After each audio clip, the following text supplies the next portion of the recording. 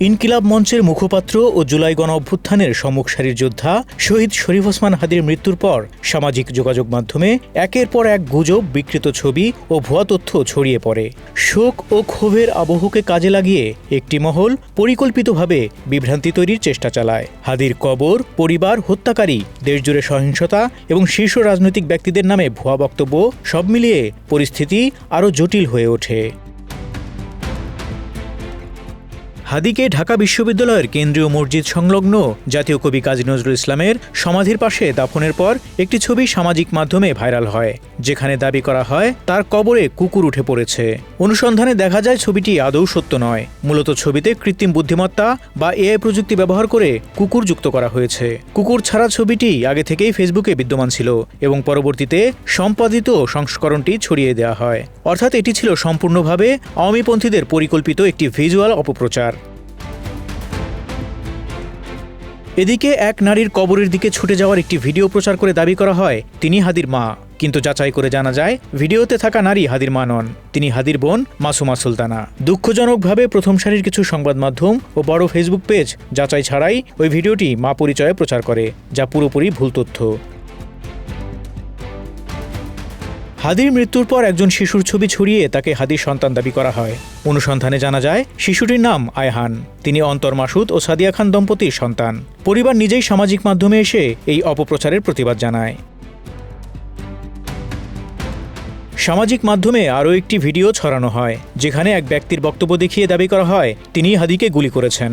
অনুসন্ধানে প্রমাণ মেলে ভিডিওতে থাকা ব্যক্তি হাদীকে গুলি করা ব্যক্তি নন, তিনি অলি হাসান বিন কবির নামে দুবাই প্রবাসী একজন ব্যক্তি। তিনি জানান এটি তার পুরনো একটি ব্যক্তিগত ভিডিও, যা তিনি নিজেই সামাজিক মাধ্যমে দিয়েছিলেন এবং পরে সরিয়ে নেন। কেউ সেই ভিডিও ডাউনলোড করে সম্পূর্ণ ভিন্ন ও মিথ্যা দাবিতে ছড়িয়ে দিয়েছে।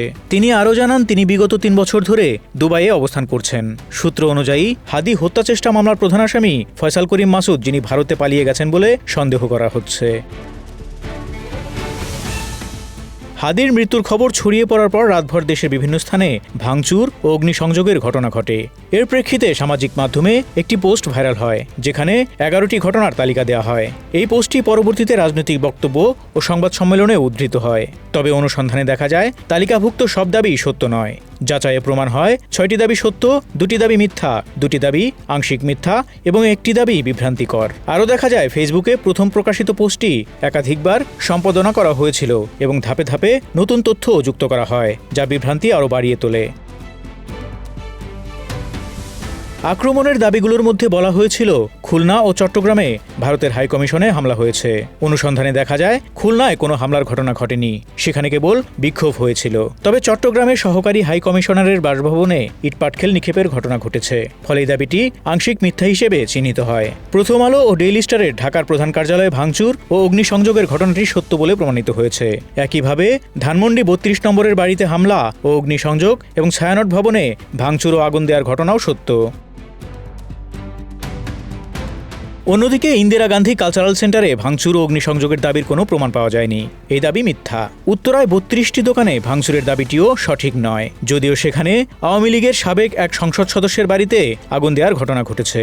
রাজশাহীতে প্রথম আলো ডেইলি স্টারের কার্যালয়ে হামলার দাবিটিও মিথ্যা বলে প্রমাণিত হয়।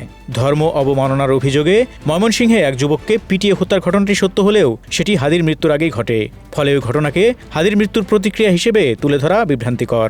চট্টগ্রামে প্রয়াত মেয়র এবিএম মহিউদ্দিন চৌধুরীর বাসায় আগুন দেয়া, বান্দরবানে সাবেক মন্ত্রী বীর বাহাদুরের বাড়িতে অগ্নিসংযোগ এবং নিউজ সম্পাদক নুরুল কবিরকে হয়রানির ঘটনা সত্য বলে নিশ্চিত হওয়া গেছে।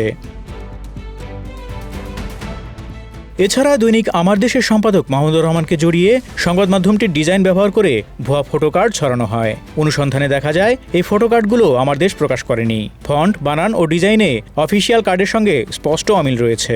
একইভাবে স্বরাষ্ট্র উপদেষ্টা অবসরপ্রাপ্ত লেফটেন্যান্ট জেনারেল মোহাম্মদ জাহাঙ্গীর আলম চৌধুরী ও বিএনপির ভারপ্রাপ্ত চেয়ারম্যান তারেক রহমানের নামে ছড়ানো বিভিন্ন বক্তব্যও সম্পূর্ণ মিথ্যা বলে প্রমাণিত হয়েছে। বিশেষজ্ঞরা বলছেন উন্নত এআই প্রযুক্তির কারণে এখন যে কোনো আসল ছবি অত্যন্ত নিখুঁতভাবে সম্পাদনা করা সম্ভব হচ্ছে।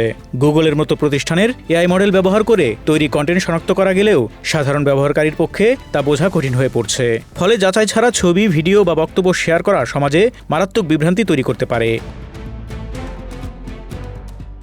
সব মিলিয়ে শহীদ শরীফ ওসমান হাদির মৃত্যু শুধু একটি হত্যাকাণ্ড নয়, বরং এটি ভুল তথ্য ও গুজব ছড়ানোর ভয়াবহ চিত্র সামনে এনে দিয়েছে। এই পরিস্থিতিতে দায়িত্বশীল সাংবাদিকতা ও সচেতন নাগরিক আচরণই পারে সত্যকে মিথ্যার ভিড় থেকে আলাদা করে তুলে ধরতে। Desk report, Dhaka express.